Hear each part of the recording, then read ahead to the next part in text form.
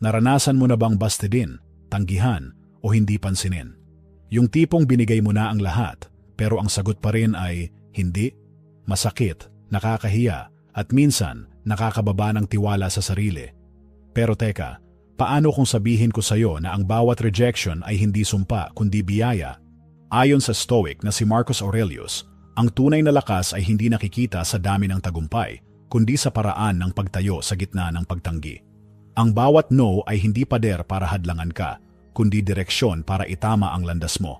Isipin mo ito, isang pintuan ang isinara sa harap mo, pero dahil doon, napilitan kang lumiko, at sa kabila, may mas malaking pinto palang naghihintay, mas bagay sa'yo, mas aligned sa growth mo. Ang Stoicism ay hindi tungkol sa pagpapanggap na okay ka kahit hindi. Ito'y tungkol sa pagyakap sa sakit, pero hindi pagpapatalo rito. Itinuturo nito kung paano gawing sandata ang rejection at hindi kahinaan. Kaya kung ikaw ay kasalukuyang na-ignore, na-bypass o na-disconnect, huwag mong sayangin ang energy mo sa paghahabol. Gamitin mo ito para buuin ang sarili mong halaga mula sa loob palabas. At sa video na ito, bibigyan kita ng 13 Stoic lessons kung paano gawing advantage ang rejection, hindi para makaganti, kundi para manalo sa sarili mong laban. Kaya kung ready ka nang baliktarin ang bawat no at gawing yes sa sarili mong kapalaran, like, share, at subscribe ka na. Dahil dito sa channel na ito, tinuturo natin kung paanong kahit sa pinakamasakit na pagtanggi, may aral, may lakas, at may Stoic wisdom na naghihintay. Tara, simulan na natin ang laban. Number 1. Hindi ka talo, mas panalo ka. Kapag tinanggihan ka, automatic ba agad na talo ka? Hindi. Sa Stoic philosophy, ang rejection ay hindi katapusan, kundi simula ng bagong direksyon. Isipin mo ito, may isang opportunity kang gustong-gusto. Trabaho, relasyon, project, pinaghirapan mo, pero sa dulo, hindi ikaw ang pinili. Masakit, oo. Pero paano kung hindi pala iyon ang nararapat sa'yo? Ayon kay Marcus Aurelius, ang hindi nangyari ay hindi talaga dapat mangyari. Simple pero malalim. Kapag may nawala, baka hindi ito loss, kundi divine protection. O kaya, redirection. Maraming tao ang bumagsak sa buhay hindi dahil tinanggihan sila, kundi dahil nagpaapekto sila rito. Ang Stoic mindset ay nagtuturo. Huwag kang manatili sa rejection. Gamitin mo ito para i-redirect ang energy mo. Halimbawa, na-reject ka sa trabaho. Baka dahil may mas bagay na opportunity na mas angkop sa skills mo. Naiwan ka ng taong mahal mo, baka dahil may taong paparating na mas marunong magmahal sa'yo. Hindi ka naimbitahan sa isang event, baka kailangan mo talagang magpahinga. Kapag hindi ka pinili, huwag mong ikahiya. Ipagpasalamat mo dahil nalaman mo agad kung saan hindi ka pinapahalagahan. Ang totoong panalo ay hindi laging makuha ang gusto mo, kundi matutong hindi sirain ang sarili kapag hindi mo ito nakuha. Remember, rejection is not a wall, it's a detour sign. Hindi ito dulo, isa lang itong no na nagbubukas ng mas tamang yes. Kaya mula ngayon, kapag tinanggihan ka, huwag kang lumugmok, tumayo ka, lumakad ka, at magpasalamat. Dahil sa Stoic mindset, hindi ka talo, mas panalo ka. Number 2. Huwag kang mag-react base sa emosyon. Sa bawat pagtanggi, natural lang ang makaramdam ng galit, lungkot o hiya. Tao ka, may damdamin ka. Pero ayon sa Stoicism, hindi lahat ng nararamdaman mo ay kailangan mong sundin. Si Marcus Aurelius mismo ang nagsabi, "If you are distressed by anything external, the pain is not due to the thing itself, but to your estimate of it." Ibig sabihin, hindi talaga yung rejection ang sumasakit, kundi kung paano mo ito binibigyan ng kahulugan. Kapag tinanggihan ka, huwag mong hayaan na ang emosyon ang maging driver ng kilos mo. Oo, masakit. Pero hindi ibig sabihin na kailangan mong magalit, manumbat o maghabol. Ang Stoic mindset ay nagsasabing, pause, huminga, mag-isip. Imbes na magpadala sa emosyon, gamitin ito bilang signal. Tanungin ang sarili, bakit ako naiinis? Anong insecurities ang tinamaan? May matututunan ba ako dito? Ang goal ay hindi maging bato. Ang goal ay maging master ng sarili mong damdamin. Kapag kalmado ka sa gitna ng pagtanggi, may dalawang bagay kang naipapakita. Una, hindi ka kontrolado ng ibang tao. Pangalawa, may respeto ka sa sarili mo. Hindi mo kailangan makipag-away para lang mapatunayan na nasaktan ka. Minsan ang pinakamatinding sagot ay ang katahimikan na may dignidad. Kaya sa susunod na ma-reject ka, sa text, sa harap ng madla o kahit saan, huwag mong hayaang ang emosyon ang magdesisyon para sa'yo. Kalma lang, dahil ang tunay na matatag, hindi reactive, kundi disiplinado. Number 3. Alisin sila sa isip mo. Hindi ito tungkol sa pag-pretend na hindi ka nasaktan. Hindi rin ito tungkol sa biglaang paglimot. Ang tunay na stoic na approach, pagpapalaya sa sarili mo. Kapag na-reject ka, madalas paulit-ulit mo yung iniisip. Bakit ako hindi pinili? May mali ba sa akin? Anong kulang ko? At habang binabalik-balikan mo yung eksena sa isip mo, para kang nakakulong sa sariling emosyon. Pero ito ang aral ng Stoicism. Hindi mo kontrolado ang ginawa nila, pero kontrolado mo kung gaano katagal mong dadalhin ang sakit. Ang pag-aalis sa isip mo sa kanila ay hindi kawalan ng puso. Isa itong act of self-respect. Parang sugat na hinahayaan mong maghilom, hindi mo na pinapakialaman, hindi mo kinakamot, kasi alam mong kapag pinilit mong balikan, lalo lang lalalim. Gamitin ang panahon para bumuo ng bagong focus, magbasa, gumawa ng art, mag-ehersisyo, makisama sa mga taong marunong magpahalaga. Doon mo i-redirect ang energy mo sa mga bagay na nagpapalakas sa'yo, hindi sa mga taong nanira ng loob mo. Tandaan, hindi mo kailangang bitbitin ang taong nanakit sa'yo sa isip mo araw-araw.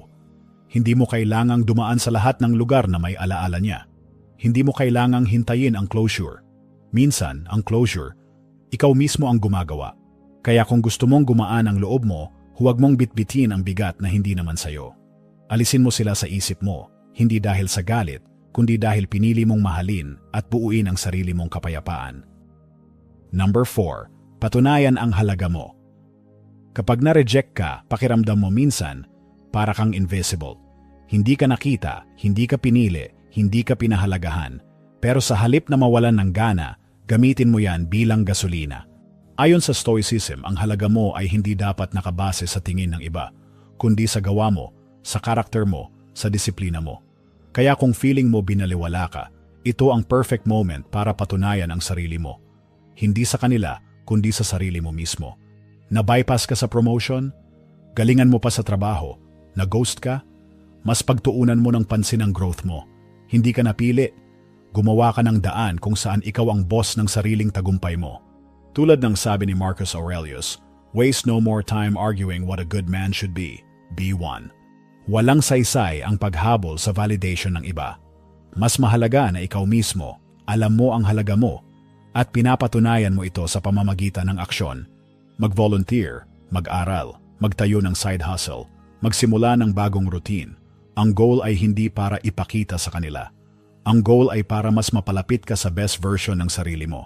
Kapag nakita mong nag-grow ka dahil sa rejection, dun mo marirealize, hindi ka pala natalo. Ginising ka lang para mas buuin ang sarili mong panalo. Kaya mula ngayon, kapag hindi ka pinili, huwag kang magtampo. Patunayan mo ang halaga mo, tahimik, disiplinado, at buong dignidad. Number 5. Manahimik, pero makapangyarihan. Sa panahon ngayon, parang mas malakas ang maingay. Yung mabilis mag-post, malakas sumigaw, mabilis magreklamo kapag na-reject o na-ignore. Pero sa Stoic philosophy, ang tunay na lakas, tahimik. Kapag binaliwala ka ng isang tao, minsan gusto mong sumagot. Gusto mong ipakita na nasaktan ka. Gusto mong malaman niya kung gaano siya kawalang kwenta. Pero tanong, para saan? Para patunayan mong apektado ka? Ang katahimikan ay hindi kahinaan. Ito ay disiplina. Ito ay kontrol. Ito ay respeto sa sarili mo. Kapag pinili mong manahimik sa gitna ng rejection, nagpapadala ka ng mensahe, hindi para sa kanila, kundi para sa sarili mo. Hindi ako basta-basta natitinag. Hindi ako kailangang intindihin. Alam ko ang halaga ko. Sa mundo ng instant reaction, instant comment, at instant confrontation, ang hindi pagsagot ay rebellion. Kapag hindi mo sila pinansin, pinapakita mong hindi ka nagmamadali para sa validation. Kapag hindi mo sila hinabol, pinapakita mong hindi mo kailangan patunayan ang sarili mo sa taong hindi marunong kumilala ng halaga mo. Ang Stoic ay hindi cold. Ang Stoic ay centered. Tahimik siya hindi dahil wala siyang pakialam, kundi dahil mas pinipili niyang protektahan ang kanyang peace kaysa pumasok sa walang saysay na drama. So next time na i-ignore ka o bastidin ka, Huwag kang mag-post ng cryptic quotes. Huwag kang maghabol ng sagot. Huwag kang maghanap ng closure. Manahimik ka, pero buo ka. At sa katahimikan mo, doon nila mararamdaman ang presensya mong hindi kailanman kailangan sumigaw para marinig. Number 6. Patunayan mong mali sila. Kapag may taong nag-doubt sa'yo, may dalawang choice ka. Una, magalit at magreklamo. O pangalawa, manahimik at patunayan mong mali sila. Sa Stoicism, hindi natin kontrolado ang iniisip ng iba. Pero alam mo kung ano ang kontrolado mo? Ang kilos mo. Hindi mo kailangang i-post ang buong buhay mo para lang ipakitang kaya mo rin. Kailangan mo lang mag-focus, magtrabaho, at hayaang ang resulta ang magsalita.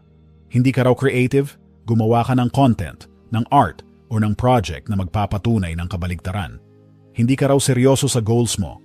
Ipakita sa pamamagitan ng consistency mo. Araw-araw, kahit walang nanonood, kahit walang pumapalakpak. Ayon kay Marcus Aurelius, "Don't waste time arguing what a good man should be one." Sa halip na ipaglaban ang halaga mo, gampanan mo ito. Tahimik. Totoo. Hindi mo kailangan ipagyabang ang progress mo. Hindi mo kailangan ipakita ang bawat hakbang. Kapag dumating ang panahon, makikita rin nila. Pero sa totoo lang, hindi mo rin kailangang ipakita sa kanila. Dahil sa huli, ang tunay mong goal ay hindi ipakita, kundi maabot. Kaya sa bawat pagtanggi, bawat insulto, bawat pangmamaliit, i-convert mo yan bilang energy pang tulak sa sarili mong level up. I-mute mo sila, hindi lang sa cellphone, kundi sa isipan mo. I-focus mo ang sarili sa misyon mo. At kapag naabot mo na yung tagumpay na dati nilang tinawanan, wala ka nang kailangang sabihin. Ang resulta mo na ang sumagot para sa'yo. Tahimik ka man, pero hindi ka invisible. At sa oras na makita nila ang ginawa mo sa sarili mo, doon nila marirealize kung gaano sila nagkamali. Number 7. Mag-enjoy ka, buhayin mong muli ang sarili mo. Kapag nireject ka, natural lang na mawalan ka ng gana. Parang ayaw mo nang lumabas, makihalubilo o ngumiti. Pero tandaan mo ito, hindi ka buhay para lang sa approval ng iba. Buhay ka para maranasan ang mundo, kahit hindi ka pinili. Ayon sa Stoic mindset, hindi mo kontrolado ang ugali ng iba, pero kontrolado mo kung paano mo pinipili ang response mo. Kaya imbes na magmukmok sa lungkot ng rejection, piliin mong mag-enjoy. Hindi ito escapism, hindi ito pagtakbo. Ito ay intentional healing. Kapag lumabas ka para mag-hike, tumawa kasama ang barkada, subukan ang bagong hobby, o kahit simpleng maglakad mag-isa habang may music sa tenga, tinuturo mo sa sarili mong kaya mong mabuhay at maging masaya kahit wala sila. Gawin mo ang mga bagay na dati mong gustong gawin pero hindi mo nagawa. Balikan mo ang sarili mo bago ka nasaktan. Mas kilalanin mo kung sino ka, ano ang nagpapasaya sa'yo, at anong klaseng mundo ang gusto mong itayo sa paligid mo. Kapag pinili mong pasayahin ang sarili mo kahit na-reject ka, yan ang tunay na rebellion. Hindi mo hinayaan ang iba na sirain ang araw mo, ang buhay mo, ang pananaw mo. Kaya mula ngayon, gawin mong lifestyle ang saya. Hindi dahil gusto mong ipakita na okay ka, kundi dahil pinipili mong maging okay. Maglakbay, matuto, magsaya. At sa bawat hakbang, buhayin mo ang sarili mong liwanag. Rejection is real, pero mas totoo ang recovery. At minsan, ang pinaka-stoic na gawin ay ang tumawa sa gitna ng sakit at sabihing, hindi man ako pinili, pinipili ko pa rin ang maging masaya. Number 8. I-build ang social value mo. Na-reject ka? Parang hindi ka nakita? Parang invisible? Perfect. Gamitin mo yan bilang sign, hindi para umatras, kundi para mag-level up. Sa Stoic philosophy, hindi mo kailangang ipilit ang sarili sa mga taong hindi nakakakita ng halaga mo. Ang kailangan mong gawin ay iangat ang sarili mo sa paraang hindi mo kailangang magpaliwanag. Kapag hindi ka napansin, huwag kang maghabol ng atensyon. Gamitin mo ang oras at energy na yon sa self-enhancement. Mag-gym, magbasa, matuto ng bagong skills. Ayusin mo ang pananamit mo, hindi para magpa-impress, kundi para ipakita na may respeto ka sa sarili mo. Kapag gumaganda ang katawan mo, lumalawak ang kaalaman mo, at lumalalim ang purpose mo, natural na aangat ang social value mo. At hindi mo kailangang ipagsigawan yon. Ang tunay na stoic, tahimik lang. Pero ramdam ang presence. Hindi siya loud, pero may bigat. Hindi siya sikat, pero may dating. Sumali sa mga grupo na pareho ng values mo. makipag-network, tumulong sa iba, maging asset sa community. Hindi para magpasikat, kundi para maging totoo sa growth mo. Tulad ng sabi ni Epictetus, first say to yourself what you would be, and then do what you have to do. Kaya kung dati-rate, parang nasa gilid ka lang ng eksena, ngayon, ikaw ang eksenang gusto nilang makasama. Hindi dahil nagbago sila, kundi dahil nagbago ka. At sa pag-angat mo, hindi mo kailangan silang pabagsakin. Tama na ang pagtaas ng kalidad ng buhay mo para maintindihan nilang mali silang balewalain ka. So go build in silence, build with purpose, and let the new you speak for itself. Number 9, huwag kang makipagpilitan. Kapag hindi ka pinansin, anong instinct mo? Mag-message ulit? Magparamdam pa? Mangulit? Pero tandaan mo ito, ang sarili mong dignidad ay hindi dapat nakadepende sa scene ng ibang tao. Sa Stoicism, tinuturo sa atin ang halaga ng emotional discipline. Kapag hindi ka pinili o sineryoso ng isang tao, huwag mong ipilit ang presensya mo. Hindi mo kailangang pilitin ang atensyon ng taong kusang lumalayo. Ang paghabol ay nauubos. Hindi lang oras, pati tiwala mo sa sarili mo. Sabi nga ni Marcus Aurelius, the best revenge is to be unlike him who performed the injury. Kung sila ay mapagpabaya, maging mapagpahalaga ka, pero una sa lahat, sa sarili mo. Kapag hindi ka invited, huwag kang sumingit. Kapag hindi ka kinakausap, huwag kang pilit na magkwento. Kapag hindi ka pinapansin, baka panahon na para pansinin mo ang sarili mo. Hindi mo kailangang sumayaw para lang mapansin. Ang mga taong totoo sa'yo, hindi mo kailangang habulin. Dumarating sila, kusa, buo, at may respeto. At kung ang pakiramdam mo ay parang nilalamig ang mundo sa'yo, yakapin mo ang sarili mong init. Maglaan ng oras para buuin ang sarili. Gamitin mo ang rejection para i-remind ang sarili mo kung sino ka talaga. Sa bawat pagkakataong hindi ka pinapansin, ang sagot mo ay hindi pilitin, kundi tumindig. Tahimik, matatag, at may dignidad. Dahil minsan, ang pinakamalakas na sagot ay ang hindi pakikipagpilitan. Number 10. Panatilihin ang katahimikan bilang respect sa sarili. Kapag na-reject ka, madaling isipin na kailangan mong ipaliwanag ang side mo, ipaglaban ang sarili mo, o gumawa ng eksena para mapansin. Pero sa Stoicism, may mas matinding sagot kaysa sigaw o drama. Katahimikan. Ang katahimikan ay hindi pagiging mahina. Ito ay pagpili ng kapayapaan kaysa kaguluhan. Kapag pinili mong manahimik, hindi ka sumusuko, pinapakita mong hindi ka basta-basta. Sa panahon ngayon kung saan lahat gustong magsalita agad, ang pagiging tahimik ay nagiging sign of strength. Hindi ito pag-iwas, kundi pagrespeto sa sarili mong emosyonal na espasyo. Kapag hindi mo pinatulan ang mga taong hindi marunong rumespeto, kapag hindi mo pinilit ang koneksyon na hindi totoo, at kapag hindi mo pinilit ang validation na hindi mo naman kailangan, yan ang tunay na paninindigan. Sabi nga ng Stoic philosopher na si Seneca, sometimes even to live is an act of courage. At sa panahon ng pagtanggi, ang mabuhay ng tahimik pero matatag ay isang uri ng tapang. Ang katahimikan mo ay hindi lang basta walang salita.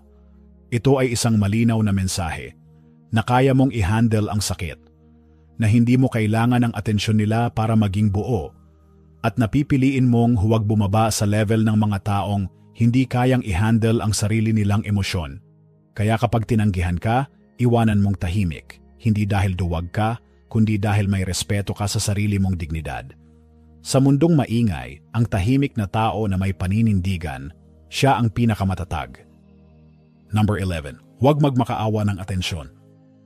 Kapag hindi ka pinapansin, parang natural na gusto mong ipakita na andito pa ako. Gusto mong maramdaman nilang may na-miss sila. Pero sa Stoicism, ang pagmamakaawa ng atensyon ay kabawasan sa sarili mong halaga. Hindi mo kailangang sumayaw sa harap ng mga taong hindi ka kayang pakinggan. Hindi mo kailangang magbago para lang sila mapatingin. Hindi mo kailangang gumawa ng eksena para lang mapansin ka. Ayon kay Epictetus, if you want to improve, be content to be thought foolish and stupid. Hindi mo dapat iniisip kung anong tingin nila sa'yo. Mas mahalaga ang tingin mo sa sarili mo. Kapag alam mong mahalaga ka, kahit isin ka, i-ignore, o hindi ka isama, hindi mo kailangang gumalaw para sa atensyon. Mag-focus ka sa sarili mong buhay. Gawin mong mas masaya, mas meaningful, mas puno ng growth. Hindi dahil gusto mong ipamukha sa kanila na okay ka, kundi dahil talagang okay ka kahit wala sila.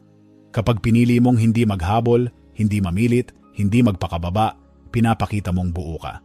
At ang taong buo, hindi kailangang palakpakan para lang maramdaman na importante siya. Let your silence, your peace, your progress be your quiet revolution. Kaya sa susunod na hindi ka pansinin, huwag kang maghabol ng mata, ituon mo ang mata mo sa sarili mong landas. At habang sila ay abala sa pagpansin sa iba, ikaw ay abala sa pagiging mas magaling na ikaw. Dahil sa stoic na buhay, ang tunay na panalo ay yung hindi kailangang ipagsigawan. Number 12. Maging mabait, pero may hangganan. Sa bawat pagtanggi o pag-ignore sa atin, minsan ang instinct ay maging sobrang bait, hoping na kapag naging kind ka, mapapansin ka ulit. Pero sa Stoic philosophy, kabutihan ay dapat may hangganan. Kindness doesn't mean self-neglect. Oo, maging mabait. Pero huwag mong isugal ang dignidad mo para lang sa pansamantalang atensyon. Kapag pinapakita mong mabait ka kahit hindi ka pinapansin, huwag mong gawing taktika ito para mapansin ulit. Gawin mo ito dahil mabuti kang tao, hindi dahil umaasa ka ng kapalit. Pero kapag paulit-ulit ka ng binabaliwala, kapag kabutihan mo'y ginagamit para abusuhin ang oras at damdamin mo, panahon na para itigil mo yan, hindi dahil bitter ka, kundi dahil may respeto ka sa sarili mo. Ayon sa Stoicism, hindi lahat ng kilos mo dapat may kasamang emotional attachment. Pwede kang ngumiti, bumati, maging professional, pero hindi mo kailangang maging available emotionally sa taong hindi marunong pahalagahan ka. Ang tunay na kabaitan ay hindi pagiging martir. Ito ay pagpili kung saan mo ibubuhos ang kabutihan mo. Sa mga taong marunong gumanti ng respeto, hindi ng cold shoulder. Draw boundaries. Be kind, but firm. Minsan, ang pinakamalakas na uri ng kabaitan ay yung may hangganan. Hanggang dito lang, sapat na. Hindi na para sa'yo ang susunod kong kabutihan. Kaya sa susunod na ma-ignore ka, huwag mong burahin ang kabaitan mo, pero huwag mo ring ibuhos sa basurang walang kakayahang kumilala ng ginto. Kindness plus boundaries equals inner peace. At yan ang Stoic formula na hindi matitinag ng kahit anong rejection. Number 13. Huwag ipakita ang pakikipaglaban mo. Kapag nasasaktan ka, natural lang na gustong-gusto mong ipakita sa mundo. Hoy, hindi ako okay. Gusto mong malaman nila na may epekto sila sa'yo. Pero sa Stoic mindset, may isang aral na mas malalim.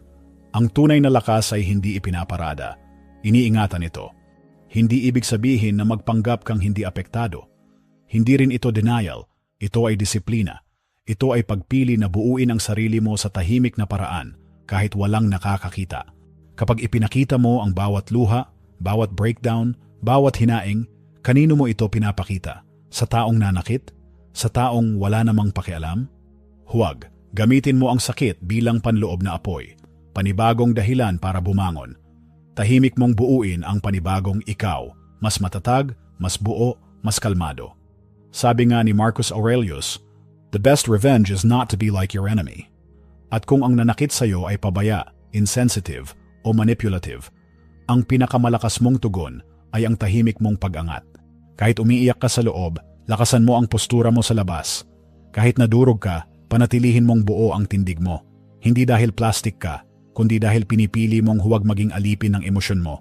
Rejection hurts, yes, pero hindi mo kailangang i-broadcast ang laban mo. Laban mo ito. At kung matalo o manalo ka, ikaw pa rin ang may hawak ng dignidad mo. Tahimik kang lalaban. Tahimik kang gagaling. Tahimik kang babangon. At sa katahimikan mo, doon maririnig ng mundo ang tunay mong tagumpay. Ngayong narinig mo na ang 13 Stoic na paraan kung paano gawing sandata ang rejection, may isang tanong na kailangan mong sagutin. Sa lahat ng no na naranasan mo, alin ang naging daan mo patungong yes para sa sarili mo? Rejection ay hindi sumpa, hindi ito wakas, ito ay daan. Daan para sa mga taong handang lumaban, manahimik at buuin muli ang sarili nila ng may dignidad at disiplina.